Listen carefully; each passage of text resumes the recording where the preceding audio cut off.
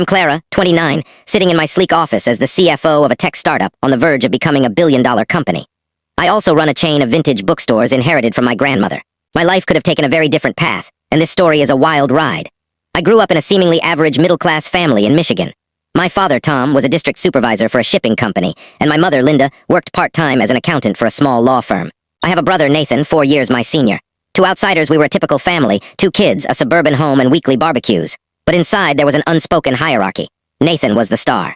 It didn't matter that Nathan coasted through school with barely passing grades or spent hours gaming and partying.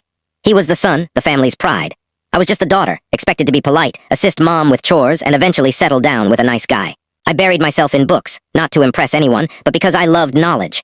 I was the kid who geeked out over algebra and spent free periods in the library. By my junior year, I had a perfect GPA, led the speech club, and earned cash tutoring math.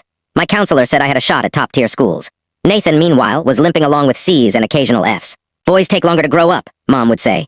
He'll find his calling, Dad would chime in.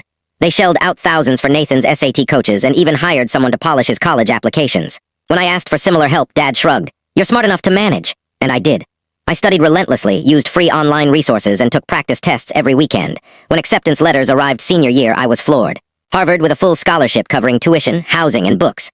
All I had to do was keep my grades up and work part-time at the campus bookstore. I rushed to show Mom the letter, expecting joy.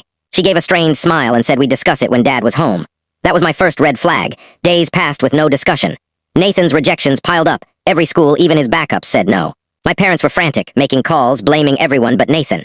A week before I was set to leave for Cambridge, they called a family meeting over lasagna and wine. I thought they'd finally acknowledge my achievement. I was wrong. Dad started with a speech about family duty and sacrifices.